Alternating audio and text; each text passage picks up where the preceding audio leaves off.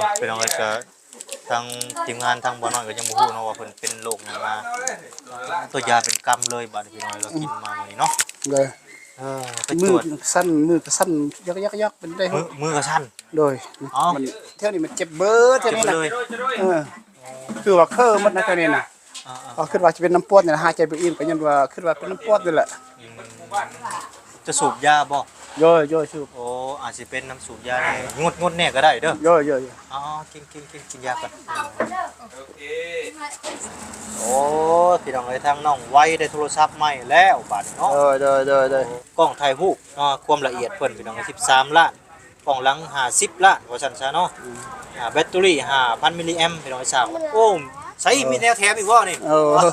สิบ่ได้เต้นบ่คืนบ่เนาะว่าเดี๋ยวไปคืนเลยบ่โอ้เราดีใจแฮงพี่น้องเนาะมีหยังอีกน่ะแนวแถมน่ะฮะเอามาเบิ่งโว้เงินล้านนึงเงินเท่าไหร่น่ะเงินเขา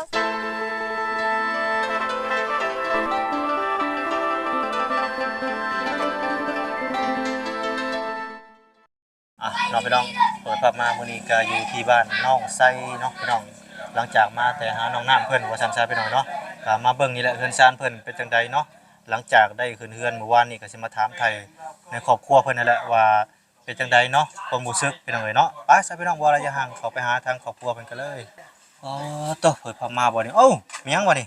โอ้กินยาคิงบุรีนี่คิงบุรีแหละโดยอ๋อสบายดีเด้อทางภรรยาเพิ่นเนาะ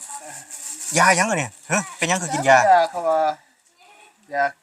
ปวดสิครับไปมั่วมาเมื่อกี้ก็ซักเด้อเอ้าจะเป็นปอดซะบ่หมอเพิ่นว่าเป็นปอดสิโอ้โดยทิศใหม่ก่อนเป็นจังได๋เป็นปอดว่าซั่นเนาะโดยเป็นจักเดือนจักปีแล้วเนี่ยฮะได้ทุกทีก็ได้เป็นนะครับเป็นไปเจอนี่นะหาลงมากินอันปลาหวานน่ะกินปลาซะบ่กินปลาอยู่หนองนี่กินปลาในหนองนี่โดยก็เลยว่าปอดขึ้นปอดทุกเป็นเนี่ยเป็นมันพยาธิเฮาขึ้นฮู้ก็บ่ฮู้คือกันนี่แหละมันเป็นอะไรไอบ่ไอแล้วหายใจฟื้นหายใจบ่ออกเนี่ยอ๋อตอนค่ำมาแล้วก็เย็นมาสิหายใจคือว่าใจถือว่าลงบ่มีอันจะขึ้นหั่นน่ะหายใจอ่อนลงโดยเมื่อยลงเนาะไปตรวจเพิ่นว่าอันเป็นปอดโดยโอ้เป็นมาจากปีเลยบ่ได้เป็นเลยนะเฮาเจ็บแต่เดียวนี่อันหนักนะไปกวดมือได้เนี่ยมื้อนี้นี่แหละเอาไปกวดมื้อนี้โดยกดทางเลือดอีกเจ้าเลือดเป็นวูบเมื่อวานนี่บ่โดยเป็นตอนเช้าหรือตอนแลงเป็นวันบ่ได้3มื้อนี่มื้อนี้แหละเอา3มื้อนี่โดยมื้อวานว่าสิไปเคยหันก็มีเวียกหลายเด้เพิ่นก็ไปเวียกไปงานเพิ่นก็หลายได้อดเอาเมื่อวานนี่ก็เพิ่นว่าสิพาไปบ่ไปยังขึ้นเงินยังบ่แล้วเทื่อย่านว่าสิผิดคองก็บ่ไปก็มื้อนี้ก็ก็เมียนโตเมียนตั้งเรียบร้อยแล้วก็พาเพิ่นพาเมื่อสักอีพุ่นกวดอีพุ่นคือว่าเอาไข่ในนึงมาอยู่พี่คือว่าคือเก่าผู้ว่าแล้วเขาก็เนาะเป็นอะไรก็ทางทีมงานทางบ่อน้อยก็ยังบ่ฮู้เนาะว่าเพิ่นเป็นโรคหยังมาตัวยาเป็นกำเลยบัดนี้พี่น้อยเรากินมามื้อนี้เนาะเลยไปตรวจมือก็สั้นยักเป็นได้มือก็สั่นโดยอ้าวบัดนี้พี่น้อยเนาะยังก็โฮมบัดนี้เป็นทางก็เป็น3มื้อเนาะโดยเขาว่าสิเป็นเพิ่นบ่ได้พักผ่อนครับมันเป็นไปบ่ได้เพราะว่าเพิ่นมาได้3มื้อแล้วมื้อนี้ยังบ่ได้เวียกแต่ว่าถ้ากลับมาเป็นเริ่มเป็นค้ามานี่บ่บ้านน่ะบ่ได้เคยเป็นบ่เคยเป็นอันนี้เราพี่น้องก็บ่ฮู้กันว่าเพิ่นเป็นหยังกันแน่เนาะตอนนี้เจ้าคิดหยังซะตอนนี้คิดว่าเป็นน้ำหยังคือเป็นน้ำปอดนั่นแหละน้ำอื่นก็ช่วยมีหยังหลายดอกเป็นน้ำปอดนั่นแหละเป็นปอดเนาะโดยคือว่าหายใจมันเท่านี้มันเจ็บเบิดเท่านี้น่ะคือว่าเคอมันนะเท่านี้น่ะคิดว่าจะเป็นน้ำปอดเนี่ยหายใจไปอิ่มก็ยันว่าคิดว่าเป็นน้ำปอดนั่นแหละจะสูบยาบ่ย่อยสูบโอ้อาจสิเป็นน้ำสูบยาแน่งดแน่ก็ได้เด้อย่อยอ๋อกินยาก่อนโอเคจะบ่ไปบ่ซะเฮ้ยจะสูบยาเนาะอ๋อเด้อคอยลดคอยวางกันไปนี่แหละพี่น้องอาจสิเป็นหมอเพิ่นเว้าอยู่บ่ว่า บ่ได้ถามเจ้าบ่แบบสูบยาบ่เราถาม บ่เราบ่ถาม นายมองเขาได้บ่ได้ถาม บ่ เอ้า บ่ได้ถาม บ่ถามเลยเนาะ เลย ไปตรวจอยู่ใช่เซโปนบ่ โดยเป็นสปูนนี่แหละ โอ้เบิดเท่าไหร่นะฮะ ก็บ่หมดหลายดอก2-3แสนนี่แหละ เข่าเฮ้ยมาได้เข่าเลยเด้อ ขายาค่าเพิ่นตรวจเนาะ โดย ธรรมดาอยู่ที่นอน2-3แสนนี่แหละ โดย เพิ่นว่าเป็นปอดเนาะบ่เคยไปจักเทื่อเนาะ โดย ถ้าแม่นว่างดยาสูบหรือว่ากินยาพังเบิ่งเด้ออย่าเพิ่ง โด สูบ ย ยาเด้อให้อาการดีขึ้นก่อน โดย ว่าจังได้ก็จังว่าคอยเฮ็ดเวียก โดย เนาะไปได้งานเฮาติดต่อหาแล้วบ่ ยัง ยังบ่ โดย พูดแล้วเรางานก่อนเนาะ เออ ตัวตังค์เพิ่นสิมาเก็บมื้อใดเด้ตัวตังค์เนาะ บ่ฮู้นำเข้าแล้วจักมื้อใดฮู้นี่ บ่ฮู้กันว่ามื้อใดเนาะ โดย แต่ว่ายังเมื่อยอยู่เนาะช่วงนี้เนาะยัง โอ้ พักฟื้น ยัง ก่อน เมื่อยโดย ยังพักผ่อนก่อนว่าจะ โดยโดย คือว่าเสียดเวียกบ่ได้แล้วแหละพี่น้องเอ้ยเนาะ กันนอนนี่แฮงบ่ว่าแล้วกันนอนนั่งนี่ใครนึง เอ้านอนบ่ได้บ่ บ่ ยังหายผืดเลยเนาะ หายใจฟืดนั่งสิให้ย่างไปย่างมานี่เอาใครได้นึง อ๋อแต่ว่าใครแน่เนาะ โดย ตอนนี้บ่อยากไอบ่หรือว่ากลางคืนไอหรือว่าตอนไหนไอ บ่ฮู้กันนะ มีแต่เมื่อยอย่างเดียว เมื่อยขี้มดโตนี่เป็นเมื่อยหมดทั้งนี่น่ะ เมื่อย ไป เลย กับวินหัวอีก โอ้ เป็นว่าสิเป็นตังทรงถ้ามันหมอเพิ่นว่าบ่เป็นมันเป็นหยังมันตังทรงเพิ่นว่า โดยสบายดีน้องไซเดอร์ว้าวได้กระเป๋างามแท้น่ะ การตายเลย อ๋อบ่ต้องแกะเด้อป้ายเด้อ ด้วย ปะไปเลย ตายไปเลยจริงเลยให้คนเบิ่งเนาะ แม่ยังเข้าบ่ฮู้เด้อกระเป๋างาม เนาะเป็นผู้รู้ว่าใจนะว่า และมิตรภาพพรบ่ได้ โดย พรเนาะ โดย จะสิอยู่ใจใดบ่ผู้ใดไปนอนแถวตูบแถวห่างพุ่นแหละ โดย เย็นหรือร้อนก็บ่ฮู้กันเนาะ โดย มีแต่เขาว่านอนบ่ได้ก็บ่นอน โดย แต่นั่งยืนย่าง นั่นแหละ พักผ่อนหลายๆอย่าเพิ่งเฮ็ดเวียกเด้อ โดย มีแต่ให้ทางเมียเพิ่นเฮ็ดแทนก็ได้ โดย เก็บกระปอกแก๊กๆนำนี่แหละเนาะ โดย วินหัวเนาะใส่เป็นตังทรงนำนั่นแหละผมดันเนาะ ต้องทรงเพิ่นว่าบ่มีเพิ่นว่า บ่มีบ่ โดยบ่มีเพิ่นว่า คือวินหัวเนาะ เพื่อว่าวินสิย้อนว่าเฮาก็นอนหายใจบ่อิ่มสินะลูก อ๋อ ปอด ยันเป็นน้ำเลือดนั่นแหละ โดยเลือดเฮาก็เจาะเลือดกวดเลือดนั่นแหละ เป็นน้ำมันอาการเจ้านั่นแหละ โดย อาการที่ว่าเพิ่น หรือว่าเขายังบ่ฮู้เป็นตังทรงเด้อเขาก็ยังบ่แจ้งสินะ อ๋อ เขาก็บ่แจ้งเทื่อ อ๋อ ดำเทื่อสินะ โดย จะเป็นพยานอื่นได้เฮาก็บ่ได้อันนั้นเพียงแต่ไปกวนแต่เลือดเท่านั้นก็บ่อีโก้บ่หยังไปเทื่อคันนักหน้าแค่ได้อีโก้หยังเด้เป็นหยังเป็นหยัง เนาะ โดย บางเบิ่งกินยาแล้วก็หยุดสูบยาบางเบิ่งมันอาจสิดีขึ้นก็มี โดย แต่ว่ามันถ้ามันดีขึ้นปุ๊บนี่เจ้าสิสูบบ่ยาบัดนี้หรือว่าจังได บ่ฮู้แล้ว อย่าบ่ฮู้กันเนาะจะตัดขาดบ่ได้ โดย ถ้าสมมุติว่าสูบอีกปุ๊บมันสิเป็นอีกก็แสดงว่าเป็นน้ำยาน่ะ โดย อ่า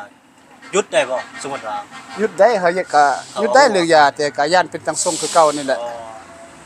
ทางทรงนี่เคยเป็นบ่ล่ะสบัดนี้ บ่ บ่เคยเป็นเนาะ โดยก็บ่ฮู้คือกันเนาะเขาก็บ่ได้กวดจักเทื่อไปหาหมอจักเทื่อบ่อยู่พุ่นมันไกลเด้อยู่ไกลหมอเขาก็บ่ได้ไปกวดไปเบิ่งไปอันนั้นบ่มีเงินไปนำเขาเด้ก็อยู่เทื่อนว่าเจ็บเป็นก็มีแต่ยาป่ายาปลาร้านั่นแหละกินเอามา เอาสบายดีน้องไวเด้อโอ้ได้ยังอะนะฮะ ซัก โทรศัพท์บ่ เงินล้านนึง โตไผได้ซื้อให้นี่เนาะ มาตูน บ่ตูนบ่ เออ โอ้ตะ ว่าแล้วอีกเป็นดินโทรศัพท์ ซื้อให้เบิ่งน้าเปล่าจับมึงดูมันเป็นจังได อะไรอย่างนั้นอะไรอย่างนั้น ใช้อันนี้บ่ เออ โอ้พี่น้องเอ้ยนี่ เออ อ๋อแบบ ลองมา เอียบ ไป เลย เห็นกัน เลย มาเอากระเบื้องนี่ โอ้โตตั้งเฟซตั้งไลน์เลยบ่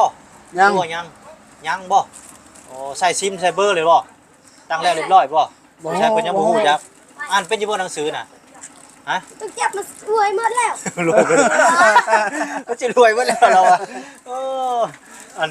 ทั้งน้องๆเวลาเราอะยังคงกิน เลยมันกวนเพิ่นว่ากวนได้ อ๋อเป็นหยังโอ้อันนี้บ่เฟซเบิ่ง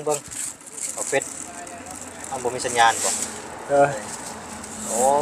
พี่น้องเอ้ยทางน้องไว้ได้โทรศัพท์ใหม่แล้วบัดเนาะ เออเลย โอ้เฟซยังบ่ได้ตั้งจะใส่ซิมแล้วบ่ใส่แล้วบ่ซิมนี่เบิ่ง อยากกิน อันหนึ่งสองสองเบิ่งก่อนเบิ่งเงินก่อนมีเงินก็แปลว่าเพิ่นตั้งซิมแล้วเรียบร้อย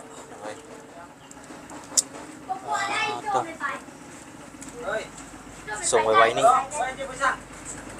เขาว่า เคยมีบ่โทรศัพท์แต่อยู่บ้านเจ้าน่ะบ่เคยมี โดย โอ้ครั้งแรกเลยเนาะนี่เนาะ โดย อ๋อต้องเป็นจังไดครั้งแรกแหกมานแล้วก็ได้ โดย ได้โทรศัพท์ใหม่ เพิ่นว่าเท่าไรก่อนนี่เนาะจักล้าน 2,99,000 โว้2,99,000เนาะ อืม ก็สิฮอด3ล้านยังอีกน้อยหนึงไปหน่อยเนาะ เลย โอ้ตัว อันนั้นโทรศัพท์ก็ซื้อให้ใครหั่นแหละ ยินดีนำหลายๆทั้งพ่อก็อยู่บ้านเคยมีอยู่บ่ บ่ บ่เคยมีแต่รุ่นปุ่มเนาะ โดยโดย จะ โด รุ่ ย นปุ่มมาพี่จังหวะได้ โดย เนาะ โดยโดยโดย มาเด้อบ้านใส่มาเยี่ยมมายาม โดย ได้เป็นอะไรมาเพิ่นมาเฮ็ดเวียกเนาะ โดยโดย ยังนี่ติดยังอันนี้คือยังอันนี้โอ้ป้ายหน้าจอหน่วยประมวลผลกล้องถ่ายรูปเนาะความละเอียดเพิ่นพี่น้อง13ล้านกล้องหลัง50ล้านว่าซั่นซะเนาะแบตเตอรี่5,000มิลลิแอมป์พี่น้องฉากไว้33โวลต์เนาะลำโพงมีคู่เต้นมื้อ โอ้ใส่มีแนวแถมอีกบ่นี่ โอ้ สิบ่ได้เต้นเบิดคืนบ่เนาะ นึกว่า เต้นเบิดคืนเลยบ่โอ้เราดีใจแฮงพี่น้องเนาะ มีหยังอีกนะแนวแถมน่ะฮะเอามาเบิ่งโว้ เงินล้านหนึง เงินเท่าไหร่น่ะ เงินเขาซื้อนะนี่ อ๋อเงินเหลือจากซื้อโทรศัพท์มาบ่น้องอ๋อไม่แล้วเอาไว้ซื้อบัตรเนาะเออ เอาไว้ให้ใช้จำเป็น ไว้แนวจำเป็นซื้อบัตรเพิ่นล้านหนึงก็ทุกมาเติมบัตรนี่บ่ได้เด้เนาะแม่นๆ อู้งานเนาะเลยซับจะเอาไว้ โอ้น้องใส่ได้กระเป๋านี่บ่เบิ่งจับเบิ่งดูเป็นได้ อู้จะจับลาย โอ้มันสิหลอด อ้าว มันสิเปื้อน ยอดสินะ โอ้ได้ทงอยู่ซื้อใช่อยู่เมืองนอกพุ่นบ่ โดย โอ้ต่างประเทศเนาะอ๋อซ้ำนี่ได้แต่ใช้มีป้ายบ่เบิ่งจักรอด68เหรียญน้องพี่น้องเนาะนี่เด้ตัว เขาเป็น มีแต่ผู้ได้ ใส่กระเป๋าเป็นเนม ทงมันเป็นเนมบาดนี่เนาะห้ามถือกี่ฝุ่นเด้อใส่ถุงยางพร้อมห่อพร้อมไปทางใดกับมัน บ่ รักษาดีๆเด้อ ใส่แบบนี้บ่ คนหมอยถือไฟหมอยค้าง บ่บ่วุ่นว่าตกไฟบ่ไหม้วันตก น้ำบ่ ต ไหล กน้ำบ่ไหล ตกไฟบ่เหลือตกน้ำบ่ไหลตกไฟบ่เหลือ เนาะตรงน้ำอะไรก็ได้ อ่ะมีแต่สิเปื้อนอีกแล้วเอ้าอยู่เล่นยังไงเดี๋ยวกันเนาะพี่น้องเนาะ เบิ่ง น้องมาเงินนี่แหละน้องนะเพิ่นที่เรียกของเรื่องมันใส่จะรอแล้ว เอาไว้ เดี๋ยวดอกแนมพุ่นละ ใจแห้งแล้วก็ได้จะว่าเต้นหยอกๆแก๊กๆแล้วก็ได้มื้อแรงเราสิเต้นเบิดคืน ทางเรื่องยังบ่แก่ นอนหลับอยู่บ่มื้อแรงนี่ฮะ นอนหลับ ใส่ ตกเตียงแล้ว ตกเตียงเลยบ่น้ำปลาบ่เชื่อดอกใส่นอนบ่หลับเลยสิเต้นเบิดคืนแบบ บ่ตกเตียงขนาดได้เนาะทำเรียนอันนี้นอนน้ำลานเฮาขึ้นนี่เพิ่นเกือบทับลานเฮาอุ๊บ ทับร้านเนาะแน่ป้ายรูดแล้วเฮ็ดบัดนี้เขาสิได้ฮู้เอาไว้หั่นแล้วเด้อย่างไปใส่กระจับ เงินเต็มหันอย่าว่าเด้อ โอ้บ่ดูนี่นะยังมีหยัง บ่มีเงินแสนหนึง แค่นึงบ่ แสนหนึงเงินเขาเอง เอาจะได้มันก็เต็มเองมันดอกเงินจะดอก โอ้ยเป็นเชียร์เป็นเงินบ่มีจะกีบอยู่ในเนาะเป็นอหยังนู่น บ่ไปยังจะได้ก็เต็มเองแหละลำโพงนี่แพงมากเนาะ ของน้ำได้จะได้มั้ยบาว่าคือเราไปสแกนโซ่มันใหญ่ ส่งมันใหญ่โพดก็เลยเอาตู้เนาะ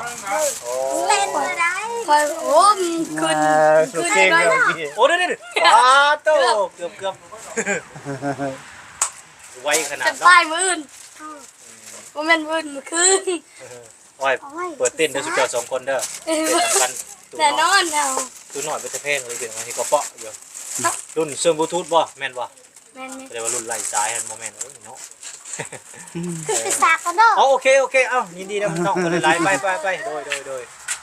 ขอบใจอย่างไรเพิ่นก็ได้โทรศัพท์งามแล้ว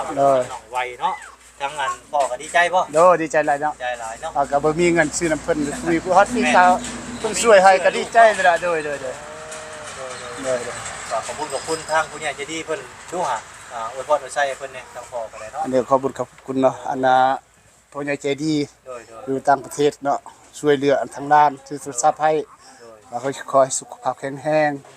เขาจะคำเจ็บอย่าได้คำขยายให้มีเนาะเงินอันน่ะเงินที่ซื้อโทรศัพท์ให้ด้านคอยหันก็กลับคืน100 เท่าพันเท่าเนาะสาธุ ถูกนั่นคือกันเนาะพี่น้องตัวกำลังไวอยู่ได้โทรศัพท์สิให้เฮียนอยู่บ่สมมุติว่าเพิ่นมาพี่ เฮียนเนาะคันว่าได้เฮียนก็จะเฮียน ให้เฮียนเนาะ โดย เราเคยเฮียนห้องใดเนี่ยจ้ะ ออกป .5 ปีนี้ ปีนี้บ่โอ้หลังจากมานี่ยังเขาเรียนอยู่บ่ โดยโดย โอ้แสดงว่าให้เขาเลยก็ได้ซะหรือว่าแนวใด บ่ฮู้เลยอันนี้ก็ทางอาจารย์บ่โดย ถ้าเบิ่งเจ้าเฮ็ดเวียกก่อนเนาะ โดยโดย เบิ่งเฮ็ดเวียกแล้วก็ส่งเพิ่นเรียนเลยนะ ได้ เนาะ โดย ก็ยังเพิ่นเป็นระบบอ่านหนังสือนะ โอ้เก่งเลยนี่เรื่องหนังสือโดยเลขให้มันยากเลขนะมันบ่ปานใดอันหนังสือนี่โอ้ โอ้เขียนได้อ่านเป็นเลย โด บั ย นี้ โดยโดยโดย โอ้เป็นเลยได้นี่ซะเนาะ โดยโดย เขาว่าเป็นแล้วก็แล้วแต่เด้อ โดยโดย เขาว่าเพิ่นจะเข้าก็เข้าบ่จะเข้าบ่เป็นหยังเพราะว่าเป็นหนังสือแหละนะ โดยโดย